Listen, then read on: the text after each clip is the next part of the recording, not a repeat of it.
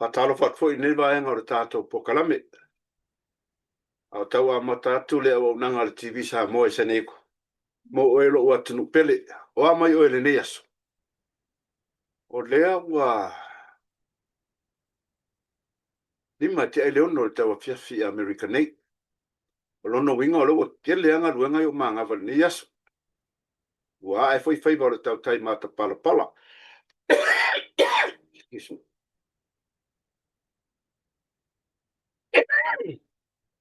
Ia, ele nei aso. Ma lor ngā rudue. Alo tau atai. Alo le finau. Ia ua manuia o ainga e meso. Ka le sia ma no ma fioanga. Tātou ngā rudue lava o tātou lava lea tiute. Ia o ngā lue. E umane nei. Soifuanga o. Tātou awala wina o ngā rudue. O watau singa o ainga. Patalo fatu le lau tele ma malu lau tele o tātou atinu. Tātou ta māma. Lau mātutua o au sina o le atinu. Ma lo lava le soifu maua. Taifo le tapo inga mau. Ia tio toule au mātutua. Excuse me. Le whangaroin fo i le ainga sa le vi. Malu rau whainga longa te tofi le tua i so spatu pai taulanga. Ia o loo talo pea. Wamanuia o si o tātou. Tunu ai maisi o tātou. Tangata whaatalo whātu mananganga fia. Ia, mane lau tele o le tātou. Tunu e o lava yalom whanau. Fe lava se baenga o le ke lope o e maua mai tātou pokalame. Ia, e fia whaafeloa in whaatalofa. E tau tununga o loo manuia mea uma. I le whasoa mai o le tātou atua. A whaifo i le tau lau o lo wha moe moe. Ia, e toi te tongo fo i le moe moe fau. Toi oso fo i le la. Ia, a fuafua, nisi fuafang. A wale. Ta penanga e whengai mane nei vai aso. O wha maria tu. Ua, e stato pokalame le vai tēnei. Ta whai aspisi le kiti. Ia manisi mele i maua len maros. Ua maua fo i mai o tino. Puru. Ia, lo. Le umarkale. Tu lo lava le. Fa fonga mera tunu. O lo o. Ia o ngore kau fo i le fesusi ia i kongo sene ko nei. Pe bela maruru ia. Pai fo re kale ako e kale mai a. Kale mai ka mai kima. E fo tono le kale sia. Kale aku lea, kale mai lea. Kau mawar mea ngā le. Or kau ba ngā kale. Ia ba nge fa fonga le tunu. Ia pe o tūlanga na. Ale o eska ko pokalame le baske nge.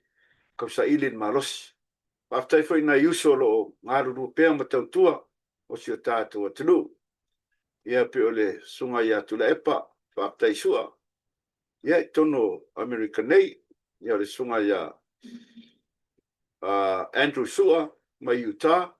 Ngā lor ngā lue. Ia mana yuso mātutua. So ia Fongti. Ia le tauta iae. Ia mese fo i le sunga ia Savea. O le tano ava. E le mwhai ona misila o tautua. Ia aso uma. Ia oita ia. Me fo i le angari kere fo i o pūrou. Ia kau le mausava ngoa iskemi. A mawale kasi le vai aso, lua le vai aso. Ia ona tautua mo le tātou atanu. Ia. It's not about money. It's about you kau kua mo le akung. E leo pole ngisi na tulanga al tautua ia fai pea mo le tātou atanu. Leo so ia mus. Ia o sunga ia feta. Matalasi. Ia o mori. Le uso ia kota. Lupe matasila. Ia. So ia mau hanta. Ia. Malua ngā rurue. Ia mare miria atoa le. Radio Samoa. Whaaftai ngā lue masio tātou atanu. O iei baenga lea. Tawa matatu tātou pokala. Milen whai lamon whaangaloina. Se asia singa. Masani e tātou. Tātou pokala me TV Samoa. A whai e tasi pe lua asol vai asol tenga lue. E te taua ona. Ave se asia singa. Oni me te taun whai. Iei mauta ngase a mesi fo io. Tua i a inga. Mauta malawa. Tātou te māmatina mātutua e leo maware maros. Ia. mai se alo ma whanau, kia taina spese mo o tau malama. Mori alo whaanga o le tātou TV sa mo, ia mai tātou uma, paanga masani o le tātou pokarami. Mori alo whaanga nei o tātou mātua, o eo pura la ngota le soifua e mai se o nei whanau. Sa ili manuia i le atua, whātua tua pe i le atua. O ia e mawaile malosi, te whafoi le malosi tino, ia ua mawhitanga mai. A whaiwhai o mawa whano no le balau o le atua. Tātou tangata kefisano, tau te malama lama o le atua na mai, le atua fo ina te po e pau o lea, ia maua wha ma whanwhananga i pa ia o ainga. Tu tene mai tu taulangi, ai maisio na ia ainga, mo tu sia mawhitanga. Ia ona o le balau o le atua, le se whailoto, pule le atua, le na whaia i tātou. Usi la whafonga. Stay tuned, we'll be back after.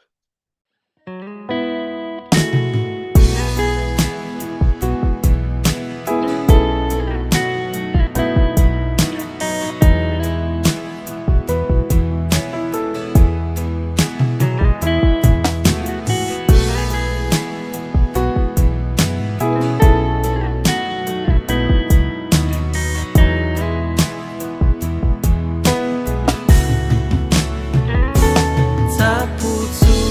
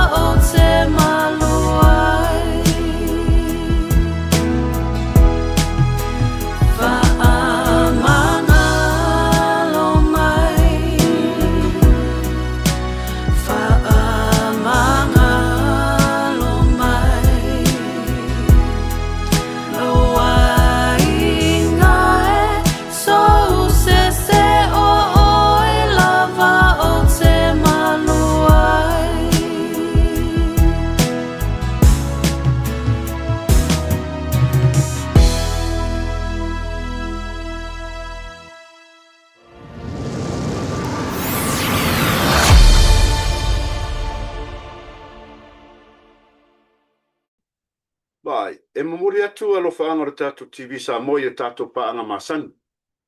Ma le nganga whaafitai la o tō mafuta mai. Ia e vai aso tai tasi, le mawhai ona whaangaloina. Pe motu lo tātou pokalame malo lo se vai aso, e le mawhai lava ona whaangaloina o tō lo. Mafuta mai lo tātou pokalame, a mai la o tō tualalo. Ia, so fo i lo tātou pokalame lo TV Samoa. Ia, a ware tau tuaina o. Tio tātou. Tanu, mure atolo whaanga ia asenati tu ua, ma lorsa i fumanuia, le fiu maunga whatalo whatu tātou TV Samoa. Lauso ia toa crown, ma lorsa i fumanuia, or wharitua ia ana maunga, whatalo whatu tātou pokalame. O Isamaeli Salvida man, ma lorsa i fua Isamaeli, whatalo whatu. O le wharitua ia Miriama, misi Oka. Miriama, misi Oka, whatalo whatu tātou TV Samoa. Ia mai se fort tau sala ia Sala Wolf mai Arizona ma lorso i fumanuia sala e whaatalo whātu tātou TV Samoa. O le sunga ia Letisio ma lorso i fumanuia tua ia Miti Soli whaatalo whātu le tātou TV Samoa. Whatua ia whaalua au whata le mwhanungalo le tātou pokalami ma lorso i fumanuia. Ia le sunga ia Lucky Moa Whanua Oakley, California. Lempana misi tātou pokalame whaatalo whātu tātou TV Samoa. Le tua fine ia Josephine Leota, po le wharitua ia Josephine Leota, whaatalo whātu TV Samoa. Ia o lau whata perese, soifua manuia e lau sunga, ia po le wharitua, ia ne se se atu lockdown. Ia po lau sunga ele. Ia ma lo whaftaina ma whatamai lau whata. Ia Mr. Monkey, ia... O ngua ia le tuti o elu, ia le ia tau sao me lo suafa, ma malu e fo i le whaaso atu, ia i lo suafa moi. Pia ne longo maria e taitele, Mr. Monkey, ia. Ai, whatalo whatru tātu TV Samoa. Taluai ngā luenga, soi fuamanuia. O Hans Webster, soi fuamanuia whatalo whatu le, so ia pen oni, tomata, ma lor soi fuamanuia ia te utou. O le uso ia to ai kaisa pam Sene eko mar faltua ia sina whatalo whatu tātou TV Samoa. O le faltua ia siunga atoe, ia Spokane, Washington, whatalo whatu maranganga whiwhia. E Rina, whatalo whatu Rina, ia o le uso ia Sefo Nicolao, ma rorso i pomanuia. Ia o... Ia o Sefo Nicolao le all the way from Pangpango. Ni se atu le, all the way from Pangpango, American Samoa. Pare fitu Vanderhoof, soi fumanuia, ole pare tua pole tina, ia Marietta, soi fumanuia whaaftai. Ole sunga ia tai, awa nei, soi fumanuia. Whatalo whatu ia Alexandra, tuala sea, ma ror soi fuauso. Whatalo whatu, mananganga fia. Ole whatua ia pole uso, ole sunga ia Epifania, Harryman, ma ror soi fumanuia. Ole patua ia Ruth Adshead, pasa mai. Soi fumanuia, ma lo le tau atai, whaftai tele la o tau, ua lalo e mai se whaura mawhita mai vai asta tasi, iro tātou pokalame.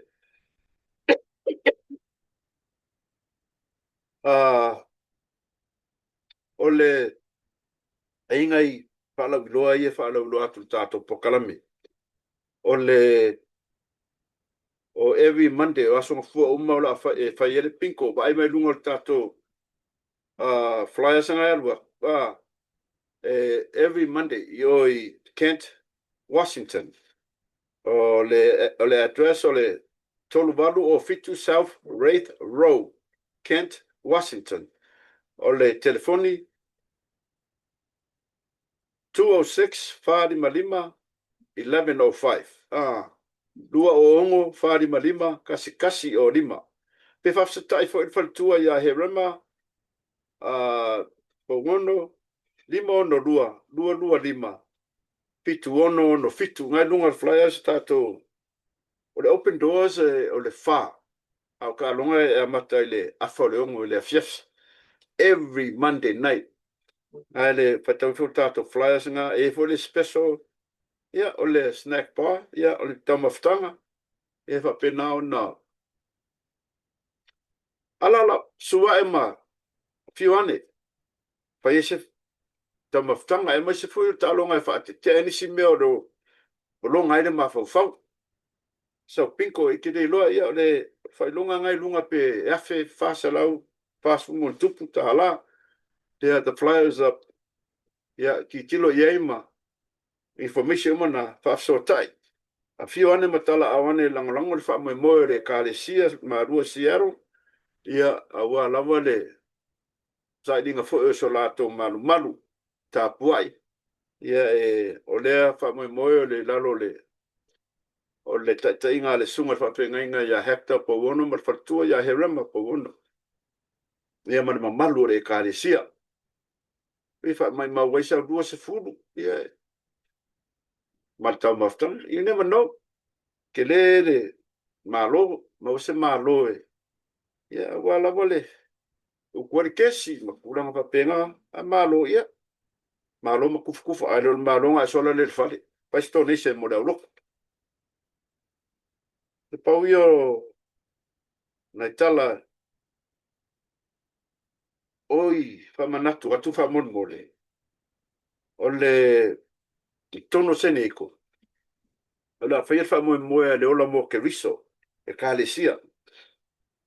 Le astona nei la solusu lima paperila le tu la sfuma de lua ile fanua o le kalesia o le address o le 11315 D Drive o le D itself usa le spell le 5 and then the D as in Dan itself and then drive I au kahon sumai matala mai au tato fifi fa tasi le aso o le fundraiser ia wala wal fa lingole mato pakanga ia ma tulanga le fasa me pa pena se le mai mausa rua se furu ia ke reo ke mi ke o ngā ai mai di foi donesa kupe ka ko ko sai nei ko fa moli a fio ane matala awane afso tai mai numela ngai tato address o 619 735 fa over for 080 fa so tai mai tato numera na ya fai sa donation mo le kalesia pe se fulu tala lima tala luas tala tato numero na wailunga 619-735-4080 so tai mai au ia mo sa donation ia pe ano fai atu pe lima tala se fulu tala luas fulu tala ia te le mativai paule mea ia pa manu ia ile tu ia te oi la donation ia wala na fe au man nga ruanga fa ftai tele le tato numero na fa so mai tato TV Samoa paso ma te mata ya langi ki soma after you might take a short break. We'll be back after this.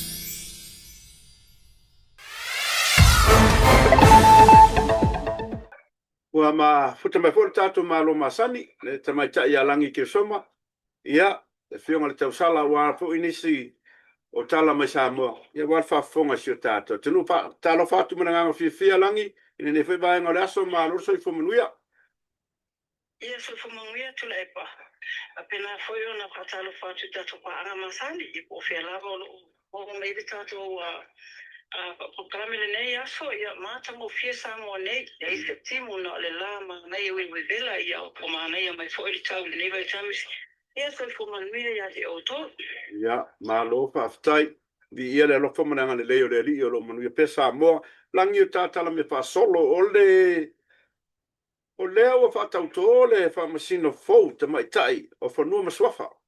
Se whai sau whantalanga i lea vaenga langi whamunmo. Ia, o lea so le whamai aile e pokanamele na. O le ulu i taimele ne tui. Ua iese tama i tai. Ua tūra e mai le foe o le soi te a presidente o whamasinonga maua lungo whanua maswafa. O te aulia foto masinonga nei pena o di I lava e autoba i ale temi mua mua nei. ua file o mese whamasinonga whanua masuafa ia se tamaita iloia ia o le fionga la le ia silunga Diana Roma. Ele ngatala o le ua taimi mo one le tala pa asolo pito le whamasinonga ua file se tamaita i sui flestene. Ia ai o le taimi mo mua fole le tala pa asolo pito la o whamasinonga ua tūlai mai ese urunga ali i tau aveino to finga.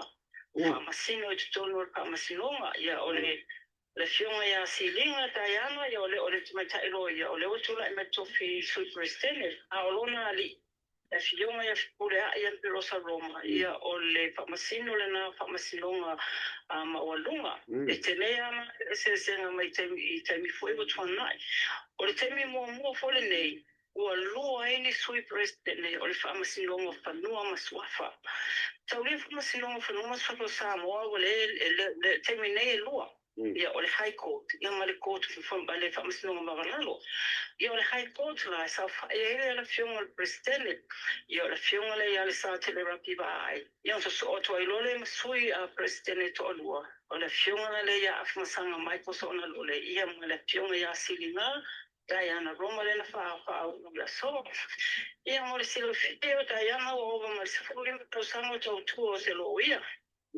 Lui tonu le malo fa pena apoio na lui tonu solo ia foi tu oti ia sanga lui foi le public trust tonu lui le se tasio vai no foi le ave imta por malo ia alela o tula e mai ia be ma sui presidente ole fa masilo o panu masifa ia le solen patota ia patota tonga no malava la fiona presidente ia le sa telerapi sa awai no foi ia fionga whamasino mai whamasino mawalunga mai whamasino whaai tu malo ia o se fiafianga whala na i la tu ona ai mese lava le tūnanga le watatala ai e whamasino ia wanoa mo mai tai ia au tō wa atu fo ia wafu tō whina tō tele ia suta mai tai ia whamasino whanuma swapa ia o temi mua wone o tūlai mei sesi le tōwhi o le sui first teni Alofa tai langi.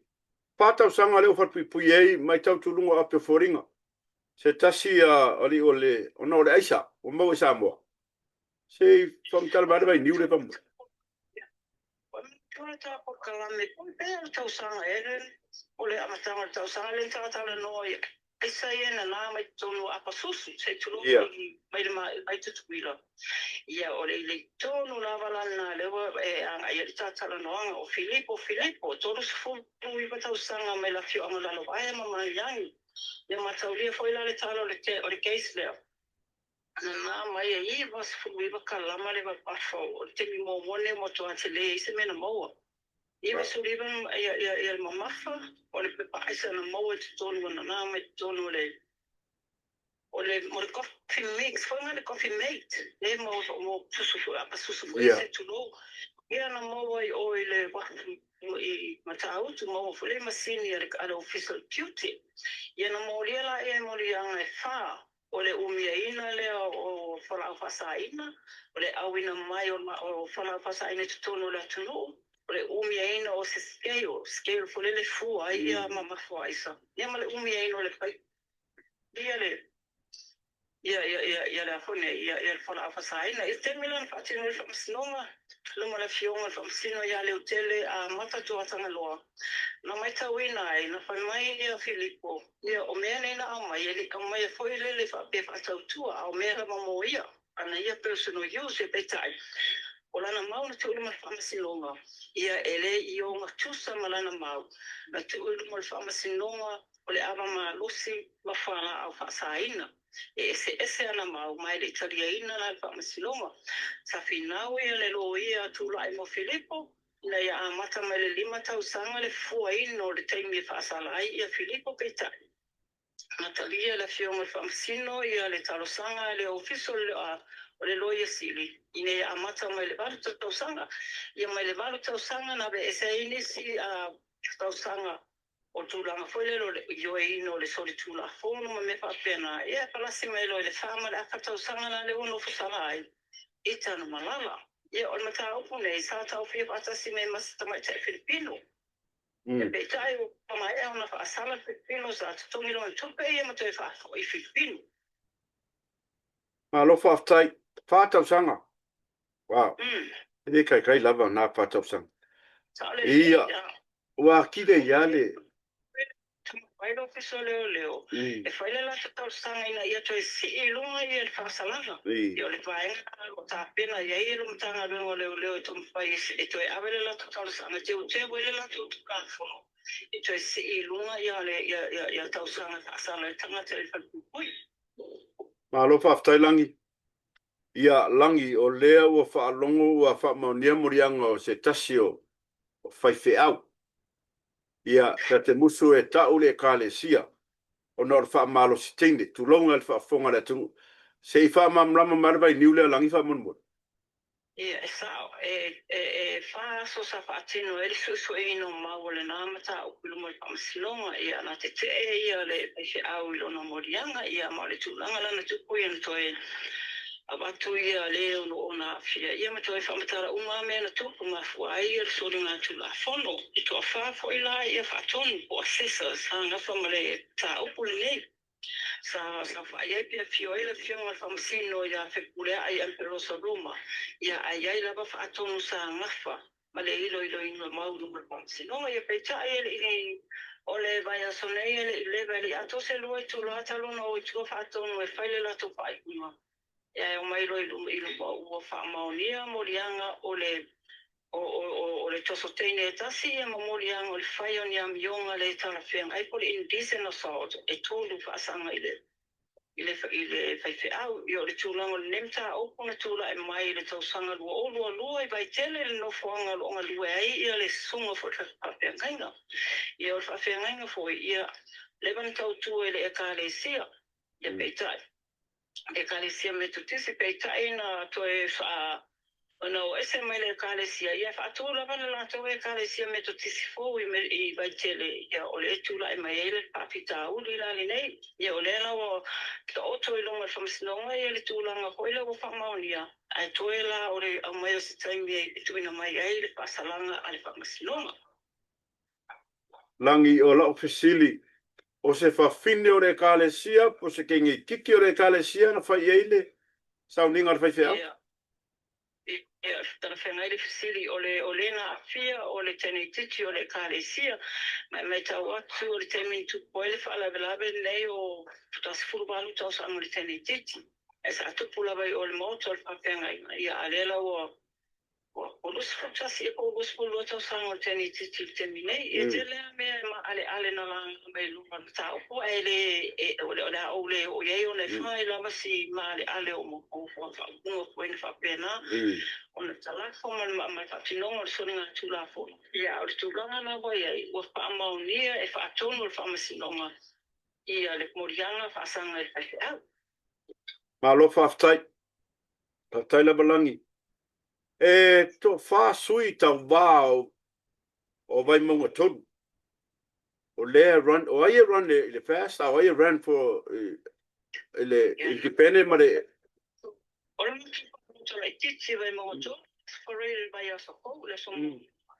Tō pāsui tau vale o tau e mana tua foi o le ora I tuma lole nei.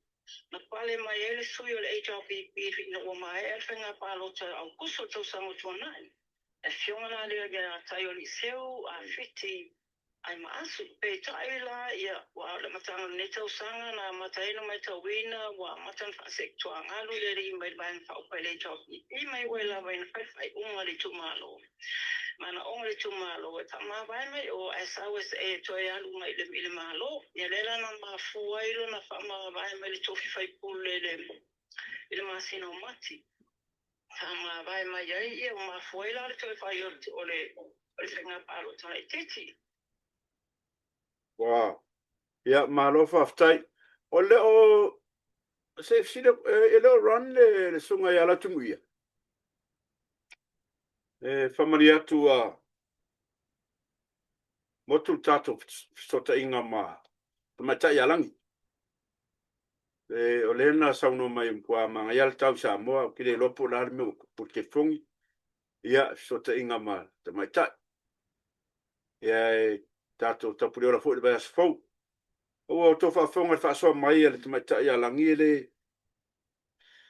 le tauga malie se faalogo foʻi lea le kelogei mauaisaga maua ga le faatausaga se ua kili e iā ia pe o le mea fua foʻi lea e tagata Samoa ma le kupulaga le ua iagei faatausaga a lea e maua faapitalaga ma paakelea o le kelo aisai aga maua e lē kaikai lai laulii e le fasalaga ia e lē kaikai i lai ko singa luas furu kausaga se o ka afi lo le koe fai ngisi ngai be kai se furu kai luas furu kausaga solo a ko so ga o kam ka loka ni ga kai a wai e le fai nga wai se si e learn se si se fa kausaga fa kausaga le me va ve ale pe yo aso ya kuri fa kausaga e umia ke mingi e le umia kuri fa kausaga e umu koe mai fai le koe fai at the same time o lai au nari si vaenga i kai ila to fa fonga ile sunga fa fenga ma le men kupu mai le men kupu mai last year ka sang kingi pa ya ku fo ile e sa no me te mai ta la ngi le fi pa mtala inga mai le si ta no ko obo i me yanga kala ma me nga kupu o winga ma ku ya le pa tinonga le fai fi au le vaenga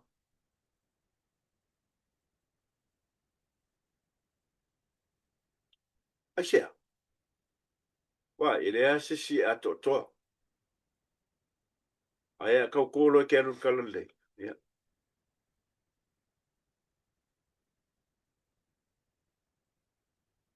ka ko fo le lu mo le tua e ku lo lima lu ngol kuspa ia fai ka konga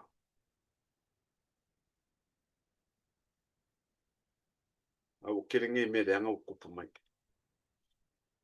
a ke muso ka o le ka le sia au ia vai ke le kupu mai fa ngi me mangu le fia anga sio ma ku malo a pe wa kele me le anga kupu mai vai kele tu longa le ko farmer sa fa inga pui sio ma ku malo frek kele ia me le ka fam ka la fu le fai pule le man mele o mai ke mingi yo le ora makanga mo vai ka o bade ai le ku malo a o le ai finga o kele me o ali mai a o le ai finga fa ko ai finga mai a so ske me sa mo mai fai pule o para ka mo merko e maua yang sa mo e maua yang fam kalanga. The more you talk, the stupid you sound, man.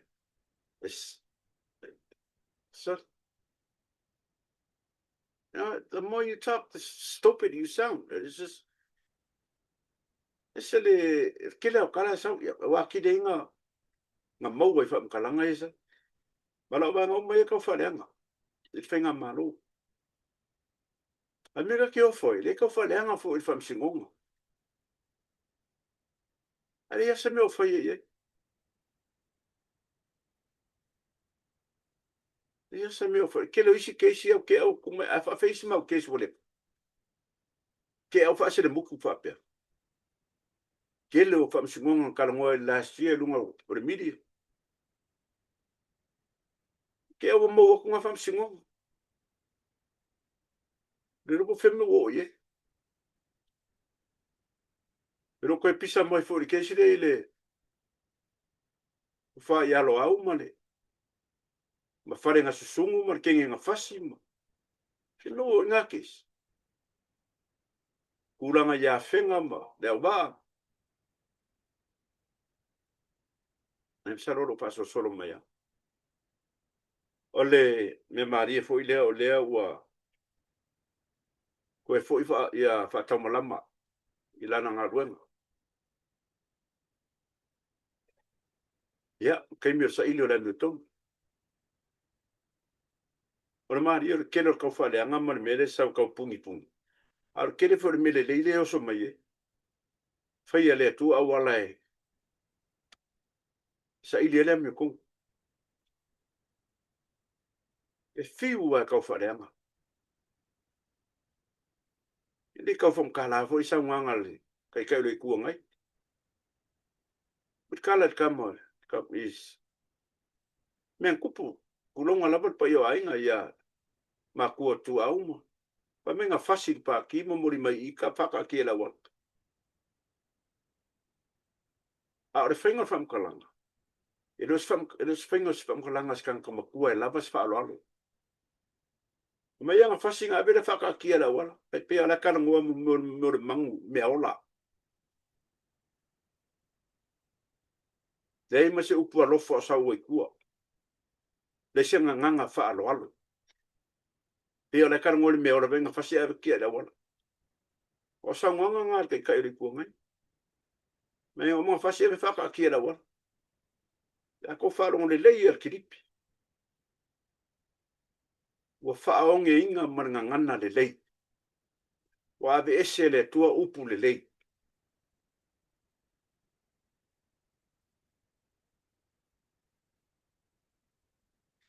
Pe ua pa seva loa inga. Lauria. Lauria. A loko e mai fea i e kaukala. Songa whaio kala ele e kare sia. Tama puroku i e kumbri pipelo. E whaamaka ngā inga e reri.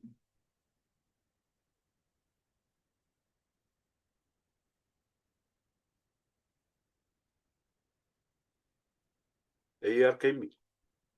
E will be time. E mauai. E mauai le mi kongu.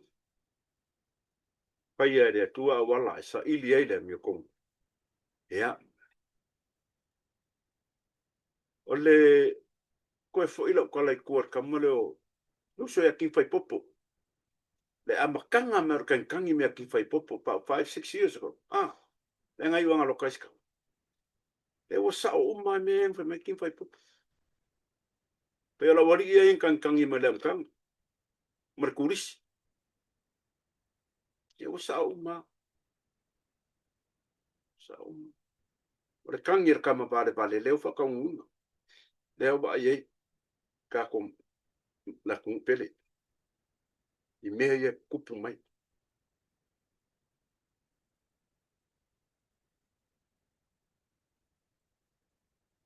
Pasi mana longa. Ka kul pesele. Kula me fai sau sa. Fa wauder ka kupu karami. Stay tuned. Be back after this.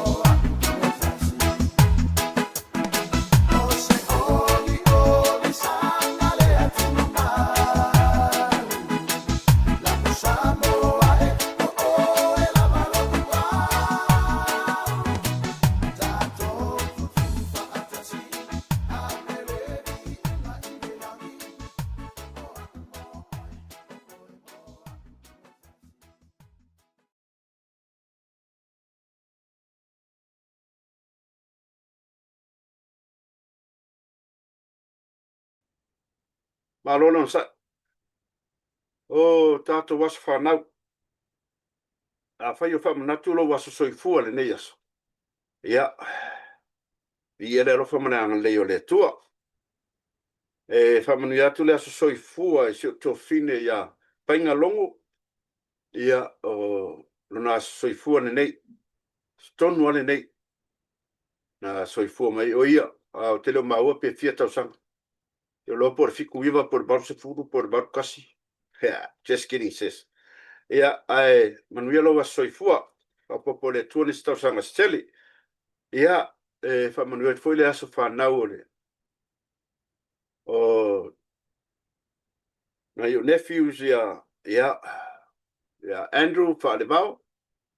Ia whapea foi le your nephew Ronnie Tuisabalalo. E manuia tere to waso whanau. Ia and happy birthday in heaven is your nephew Kavika David whaarevau. Ia. Ai mo o rua ia na your nephew. Ia. To anga whaile tātou ainga. Whamoe moe fia o rua.